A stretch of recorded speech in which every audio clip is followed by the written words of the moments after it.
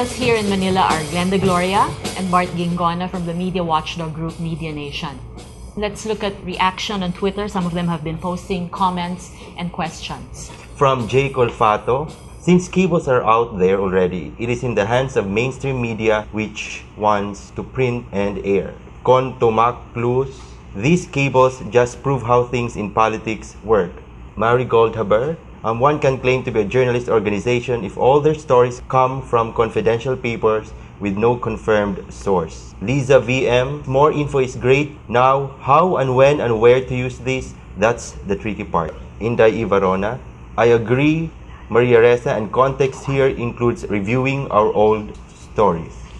Jenny Reyes of ABS-CBN, it can be the beginning of a trail, but as always, journalists have the responsibility to double check. And the last is from Thea Alberto. Any means to expose truth is good, but Wikileaks might also pave the way to mediocre investigative reporting for local media. What do you say? Perfect tool for lazy journalists. Yeah. But on the other hand, it's also a perfect tool for professional journalists. That should be more interesting to journalists, as a matter of fact. It's raw data that's been processed. I don't have time to process that data myself. And this is where probably the role of the journalist as an interpreter of information will come in. Maria, I think, is ready to join us via Skype from Singapore. And as many of us know, she's former ABS-CBN news chief.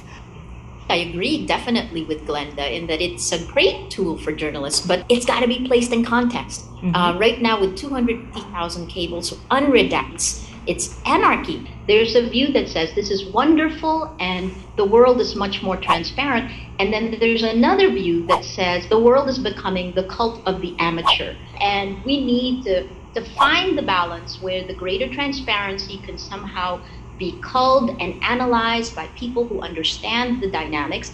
And then we have a discussion with the public about it. Some journalists would say, aren't we underestimating the intelligence of our readers or the public?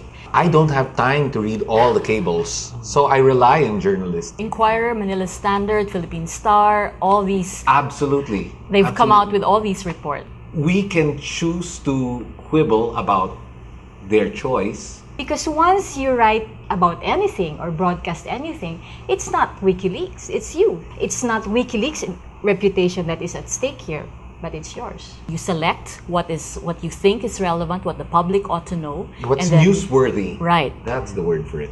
I mean, and you do a bit of legwork naman. It's lazy journalism. If you just call it and then presto, that's the story, diba? You constantly interact with other journalists in the region.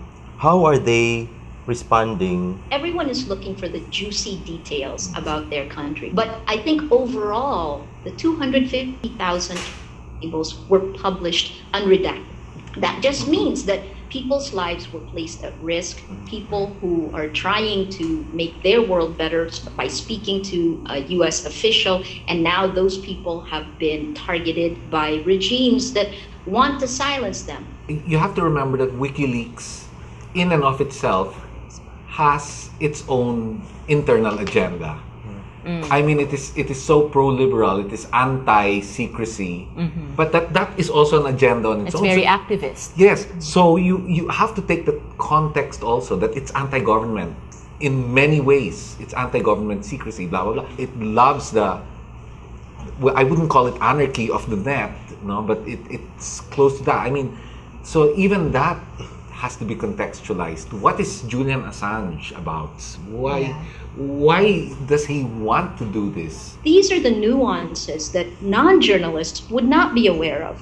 Imagine, in order to make these choices, you need to know international diplomacy. You need to know how governments work. And the only comparison that I can give to you is that when a far smaller number of cables were leaked in the 70s, the Pentagon documents, it took a whole team from the New York Times months to be able to go through it. And that was less than 7,000 cables. Yes, Bart, you don't have the time to do it. But beyond that, it's not just time. It is also experience and expertise. And the public will tell us what they feel. We can crowdsource many things.